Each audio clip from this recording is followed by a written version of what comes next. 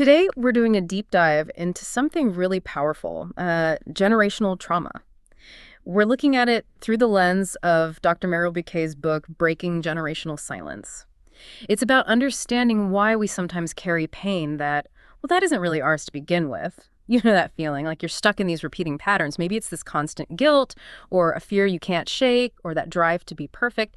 And there's just this sense, this gut feeling that it didn't start with you. Exactly. That intuition is so important. Our goal here really is to pull out the key insights you need.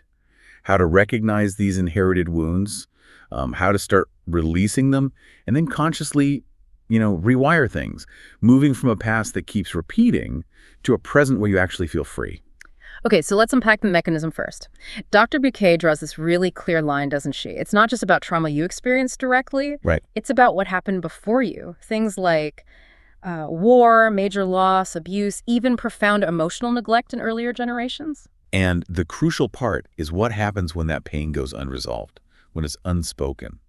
Those intense emotions, fear, grief, anger, they don't just vanish, they get stored. Physically. Physically, you mean like in the body? Yes, exactly, in our nervous systems. And that shapes our reactions, our beliefs, our actual biology sometimes. When silence becomes the family's kind of language of survival, well, that silence passes things down. She calls it the generational echo. It's fascinating. A generational echo. So you might feel safe now, but your body is still sort of reacting. Precisely. Reacting with the panic or the hypervigilance of an ancestor who lived through something terrifying, like a war or maybe a famine, it shows up as chronic stress, anxiety. Okay, so awareness is key then. Before healing, you have to see the pattern. What clues should people look for in their own lives? Like those specific behaviors, maybe things like, do you always feel responsible for how other people are feeling? Or do you find yourself silencing your own needs, your own voice, just to keep the peace? Yeah, or look at relationships. Do you tend to choose partners, maybe even friends or bosses, who sort of mirror the emotional wounds from your own childhood, that unresolved stuff? Right. And Dr. Buqué really emphasizes this point. You can't heal what you don't name. Absolutely. Naming it isn't about blame. That's important. It's not blaming ancestors. No, it's about recognizing that the silence was maybe their survival strategy. Right. Naming the pain is the first step in consciously breaking that silence. It's powerful. So recognition first, then what? How do we heal? Dr. Buqué offers a framework, right? It seems quite holistic. It is. It blends modern psychology with somatic or body-based work, and also looks at ancestral wisdom. Body-based, because the trauma lives in the body. Exactly. The nervous system holds that alarm signal.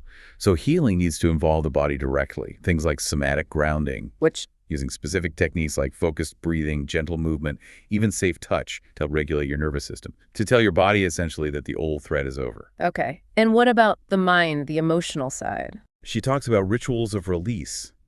This could be writing letters you don't actually send, or actively practicing forgiveness for yourself too. And therapeutic reparenting. I found that really interesting. Yes. It's about consciously giving your inner child what your caregivers perhaps couldn't, because of their own unprocessed trauma, providing that safety, that validation. It sounds like deep work. It is, and it's not meant to be done entirely alone. That's another key point. Often, the original trauma involved broken trust in relationships, so healing often needs community healing. Finding safe relationships to rebuild that trust. Exactly. Rebuilding that fundamental safety that was lost somewhere along the line. So the big promise here, it isn't about finding fault with the past. Not at all. It's more like honoring the pain of those who came before us by making a different choice now, by being the one who breaks the cycle. Beautifully put. And that act of healing, it ripples out. Right. Dr. Buqué has this incredible insight. When we heal backwards and forwards. Freeing those who came before us and those yet to come. Wow. Yeah. It's profound, isn't it? It really is. So maybe a final thought for everyone listening. Just take a quiet moment later today. Ask yourself, what silence in my family might be asking to be spoken, even now? Your voice, choosing to speak or heal that silence, it might be the very thing your lineage has been waiting for.